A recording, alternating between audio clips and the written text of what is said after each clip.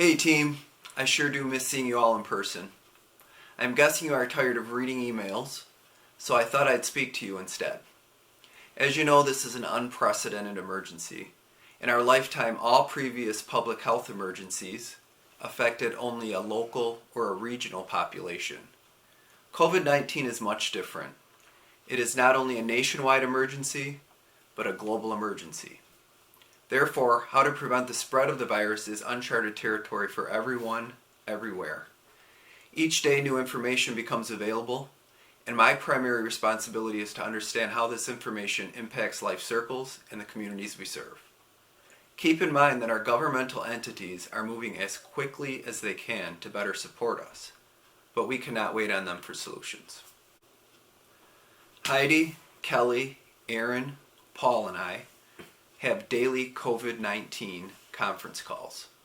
We debrief on the day's events, discuss operations, review and analyze new information and reports, discuss current and anticipated barriers, and plan for the next day. We are regularly in communication with Dr. Betcher to help us understand medical and clinical facts to develop guidelines. Although you haven't heard directly from me in a while, please know that I am focusing all of my efforts on understand how we can continue to fight this virus and keep all of you healthy. You are all heroes as you work to protect our most vulnerable citizens, so thank you. So here are a few updates. While you are all successfully caring for our participants and working remotely as a team, I've been having daily calls with the state and CMS officials, other PACE organizations, and our health systems. As you know, PACE is uniquely positioned to care for people in this crisis. We have the ability to isolate people in their homes and then quickly respond to changing conditions much faster than any institutional environment. It is so comforting for me to know that our participants trust us and that we trust each other. This foundation of trust is what helps us work together to overcome all of our daily obstacles. Thank you for helping build a trusting environment, not only with our participants and their families, but with each other.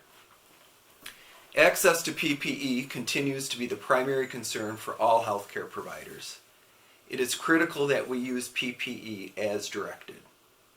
As the infection spreads to more people, we want to be sure that we have enough equipment for everyone. So please follow our PPE use protocols very carefully and talk to your supervisor if you have questions or concerns. Working from home and using technology. We have learned that relying on remote technology is at times challenging. I can't think of a time in my career that I have spent more time on conference calls and video conferencing calls. So we're exploring technology solutions really quickly. We hope to be able to come up with a solution that will help improve our connectivity, simplify the way we communicate, and coordinate services more efficiently. We are also quickly looking at telehealth technology. The concern is that if we have to continue to serve people primarily out of their homes, we're going to have to use technology to help improve the way we care for them. So thank you for your patience, and we will be communicating to you as we make some decisions on that front. Media. Please remember that headlines and news links that produce the most clicks and the most views generate a lot of revenue for the sources that produce them. I encourage you to read everything with a grain of salt. Please avoid making assumptions or decisions based on half-truths, untruths, or facts that are taken out of context.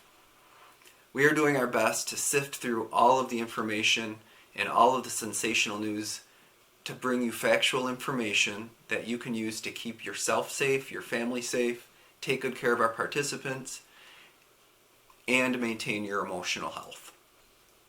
Remember that participants and families are hearing and reading a lot of things too, and that they're probably experiencing a lot of fear and anxiety. I want us to be the calm, rational, and reassuring people in their lives.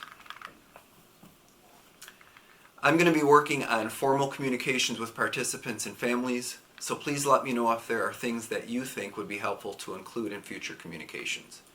I'm also going to be working on formal communications with our contracted agencies and partners They are critical to help us continue to take good care of people. And then I urge you all to approach this crisis as a marathon, not a sprint. We can only run on adrenaline for so long, so please practice good self-care, set realistic expectations, and remember that we are all in this together. Words cannot express my appreciation and admiration for all of you. It's wonderful to be part of an organization in which we trust one another, and I'm just very thankful to be part of this organization, and want you to know how much I appreciate you. Thanks.